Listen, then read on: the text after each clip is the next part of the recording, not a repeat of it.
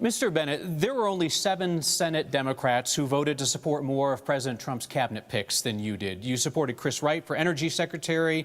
You supported Brooke Rollins for Agriculture Secretary. She tried to pull SNAP food benefits from Coloradans. You supported Doug Burgum for Interior, where he's been implementing Trump's rollbacks on environmental and conservation rules.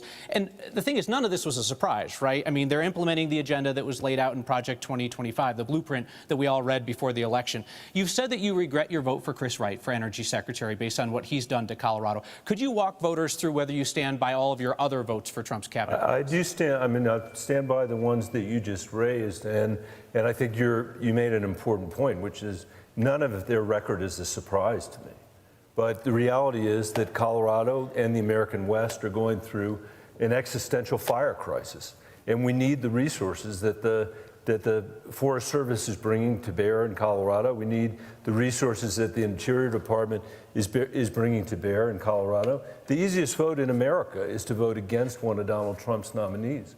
But when it's the right thing to do for Colorado, when it's the right thing to have the resources that we need and the attention that we need, I've done that. And even as recently as last week, I convened all the Western Democrats and Republicans in the Senate to meet with the Secretary of Agriculture and the Secretary of Interior to make sure that Alaska has the fire resources they need, to make sure that Arizona has the fire resources they need, and that Colorado will have the fire resources we need again. So that is the answer to your question. Thank you, Mr. Bennet.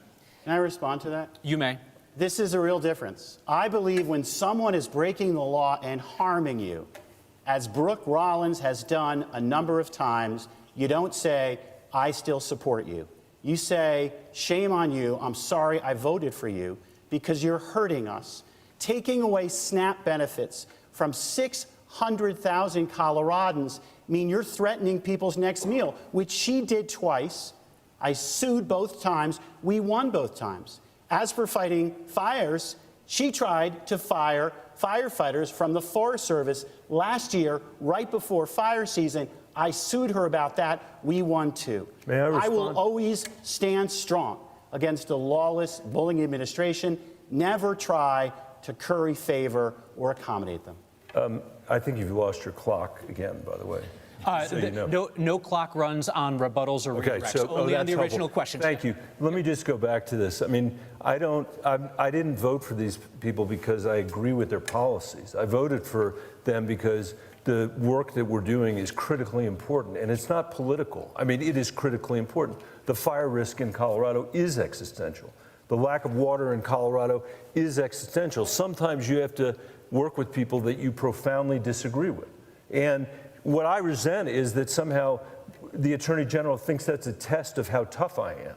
As I said earlier, the easiest vote in America is for a Democrat to vote against these people. But I did it because it was the right thing to do for Colorado.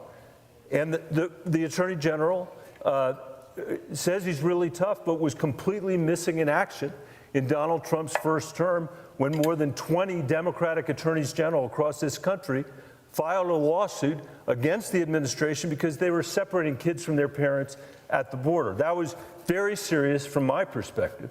And he has been, and your fact check demonstrates this, he sued the Trump administration almost fewer times than any other Democratic attorney general during the first time that Donald Trump was president.